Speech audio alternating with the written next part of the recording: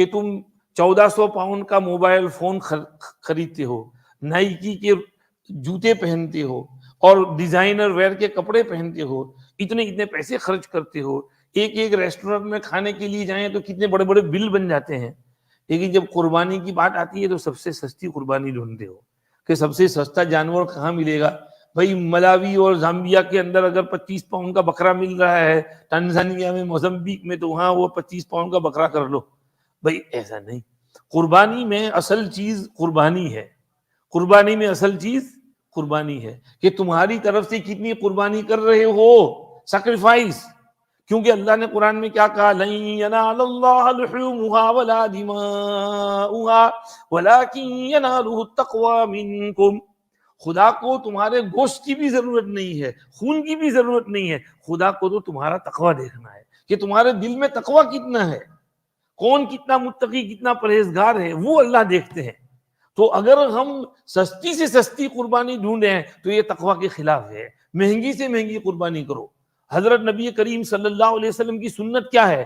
کان رسول اللہ صلی اللہ علیہ وسلم یضحی بکبشین املحین اقررین.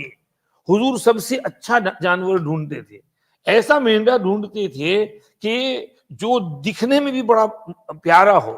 ایک روایت میں فرمایا یطؤ فی سواد وینظر فی سواد، جس کے پیٹ پر بھی تھوڑے سیاہ دبے ہو اور آنکھ کے پاس بھی تھوڑی سیاہی ہو، اور اقرنین، اس کے سینگ بڑے بڑے ہوں، دکھتا بہت خوبصورت ہو. ایسا مہنگے سے مہنگا جانور مارکیٹ میں سے آپ خریدتے تھے، سب سے ایکسپینسو جانور لاتے اور ایک نہیں لیتے، 2 خریدتے اور پھر اس کی قربانی کرتے. اور قربانی کرتے وقت یہ فرماتے اللہم منک ولک عن محمد و امتہ ممن شہد لک بالتوحید ولی بالبلاغ. خدا یہ قربانی تیری طرف سے ہے، تیرے ہی لیے ہے، محمد کی طرف سے اور امت محمد کی طرف سے. جس نے بھی تیرے لیے توحید کی گواہی دی اور میرے لیے تبلیغ کی گواہی دی، یہ قربانی میں ان سب کی طرف سے کر رہا ہوں. حضور کی اس قربانی کا ثواب بہت زیادہ ہے، اتنا زیادہ ہے کہ اس کے ثواب میں آپ کا بھی شیئر ہے، آپ کا بھی ہے، آپ کا بھی ہے، آپ کا بھی ہے، میرا بھی ہے. قیامت تک آنے والے ہر امتی کو اس ثواب میں سے حصہ ملے گا. کتنا ثواب ہوگا حضور کی قربانی، تو حضور کی قربانی اس کا ثواب کتنا زیادہ ہوگا کہ پوری امت کو اس میں سے حصہ ملے گا. تو آپ صلی اللہ علیہ وسلم بہترین مہنگے سے مہنگے جانور کی قربانی کرتے تھے.